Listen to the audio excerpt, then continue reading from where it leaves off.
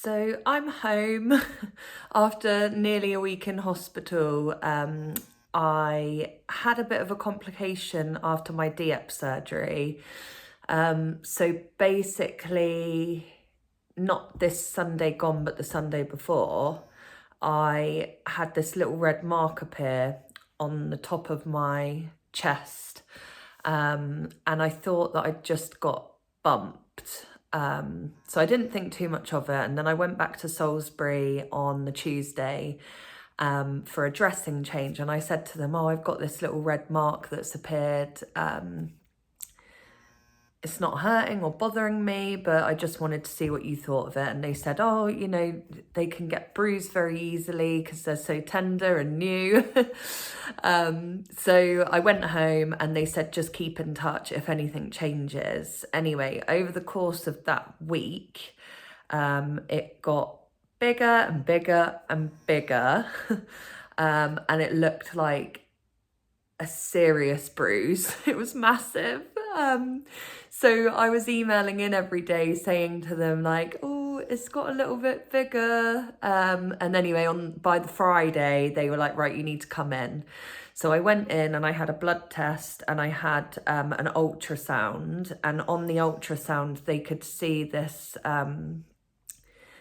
they said it was like a mass, but they didn't think that it was fluid that could be drained there and then. They said they thought it was a blood clot. So the plan was then to take antibiotics and hope that it would sort of start to get better by itself, because blood clots can sometimes reabsorb. So anyway, I waited all day there with Chris until 4:30 for the blood test results, and then the blood test results came back high for white blood cells and protein, which basically means that your body's trying to fight an infection. So they decided to keep me in and put me on IV antibiotics because they're stronger. So there was me telling the nurse, the Friday night nurse, oh, I'm going home tomorrow. Which was quite funny. I'm going home tomorrow, so I won't be here. Anyway, a week later, I'm home.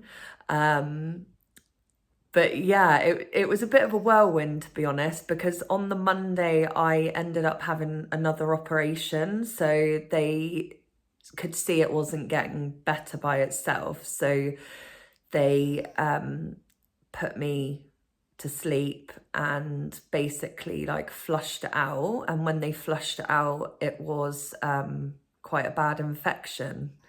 So that was a bit of a shock for everyone. And they did say to me that they don't know how I was more unwell, because I didn't really feel unwell. I felt extreme fatigue. So I just put that down to, not sleeping very well because it was a bit uncomfortable. But no, it was a full-on infection. So yet again, the team at Salisbury were just incredible. They really are lovely. The odd stock ward is just amazing. So it was a really, really good experience. I did take loads of things in to keep me busy. So I love my podcasts. I listen to Parenting Hell by Rob Beckett and Josh Widdicombe. So that was keeping me entertained. And then I what else did I do? Oh, I was walking around the hospital a lot, yeah. Because I'm doing this charity walk. Whenever I was bored, I just got up and walked around. So that was nice. I did that a few times throughout the day.